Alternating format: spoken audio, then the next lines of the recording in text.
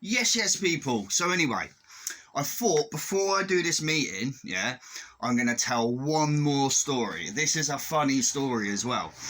This dates back at around 2004, I believe.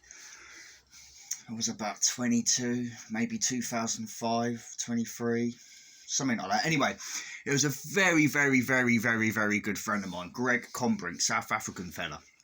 And he'd just broken up with his missus, and I'd just broken up with my missus. So I went over to Maidenhead to go and have a night out with him. And we went out, we had a few drinks, as you do, and we ventured on out, and we come across a strip club called the Honey Pot. I don't know if it's still there. But anyway, so I had hardly any money on me. You had to pay like quite a bit of money to get in, and then you got a free shot when you got in. And then the drinks were ridiculous. But then obviously you could have a lap dance and stuff. I didn't have the money to get a lap dance, but my friend Greg, we're both going through a bit of a rough breakup with our girlfriends and stuff. So he said that he'll get me a dance. So I'm like, looking at the birds in this club, and I'm like, I'm not going to say no. So anyway, gone into this room, sat down. Now, being the gentleman that I am, I sat on my hands. Because, like, you got naked birds in front of you, mate. Like literally, and some of these girls, they were tasty, they were 10-10, do you know what I mean? And so I sat there, and the birds, like, basically naked, like, waving it in front of my face, bent over and all that, and I'm just like damn. And so my dance finished, and then I've walked out of the cubicle thing. I seem to remember it was curtains pulled across. And then I've looked over, and I've seen my mate Greg being picked up by these two bouncers, and his head has been used as a battering ram and thrown out the door. And I've walked out the club after Greg, and I'm like, whoa, what's going on? And he said, Dugan, he says, you're not going to guess what I done. I said, what's up, bro? What'd you do? He says, when the bird bent over in front of me, she put her ass right near my face, so I buried my face right in her ass and went blah, blah, blah, like that. You're not allowed to touch girls, are you? Anyway, she screamed, bouncers ran in, threw him out. So anyway, we left there. He had a bottle of Jack Daniels back at his house. And we bowled off, we bowled back to his house. And we got there, we drank the Jack Daniels. We had some Coca-Cola, not a lot, about that much in the bottle. So we had a few glasses, and then we ran out of Coke. Greg being a local to Maidenhead at the time, I said, well, look, I can't, I said, I don't know where the nearest place is to get Coca-Cola. So he said, I'll take my push bike. So he's jumped on his push bike, cycling towards the garage, which was just down the road.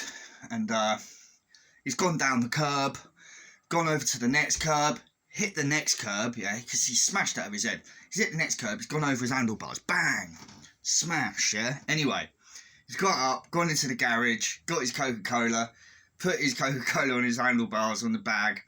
He's cycling out the garage, down that curb, gets to the other side of the road, hits that curb, bang, straight over the handlebars, He walks into his living room, and he's like cuts, bruises, like blood on his arm. And I'm like, are you alright, bro? Did you get attacked? And he's like, no, I fell off my bike on the same bit of curb. And I'm just like, oh my God, like that's how messy we were. Anyway, so like I said, we were having a breakup. So he was living in this place with his partner at the time, but she'd moved out and he had to move out because he couldn't afford the rent by himself. But so he's got this big bottle of Coke, and we're sat there, we're drinking the Coca-Cola.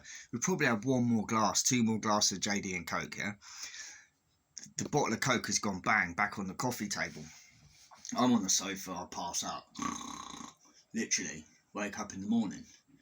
Greg's head is in my lap. I'm like,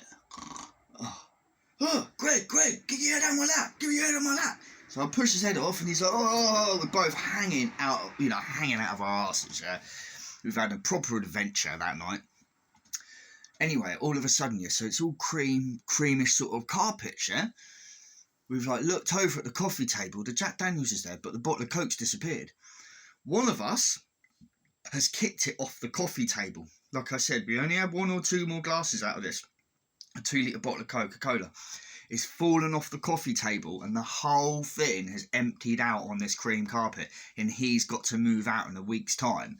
and it's just got this massive brown stain all over the carpet. So yeah, so there you go. That's my adventures of the Honeypot and with Greg Combrink.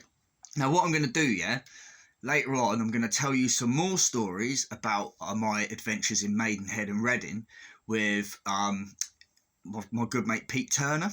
It involves Eddie Bates, Matthew Ratos, Pete Turner. I met Pete Turner through Greg Combrink. This is why I'm leading up to these stories now. So later on, after my meeting, I'll do some more stories about my adventures out in Maidenhead and Reading and the crazy stuff we used to get up to, getting in trouble, fights, drinking too much, etc, etc. Anyway, people, thanks for tuning in.